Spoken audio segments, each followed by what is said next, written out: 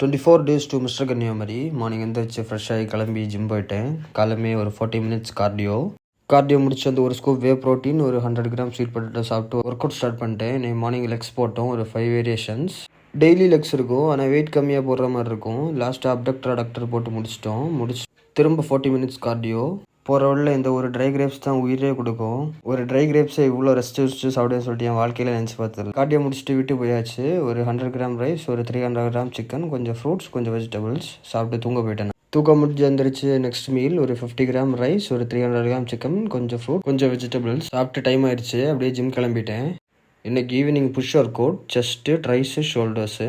Chest ஒரு 4 variations, shoulders ஒரு 2 variations, அப்புறம் ட்ரைஸ் ஒரு 3 வேரியேஷன்ஸ் போட்டுனே சூப்பராக அப்படி முடிச்சிட்டேன். பாடியில் எனர்ஜி இல்லை, செம்ம டயர்டு வேறு. ஆனால் வேறு வழியே கிடையாது, புஷ் பண்ணி தான் ஆகணும். அப்படி முடிச்சுட்டு நான் வீட்டுக்கு கிளம்பிட்டு நைட் லாஸ்ட் மீல். இதில் கார்பு கிடையாது.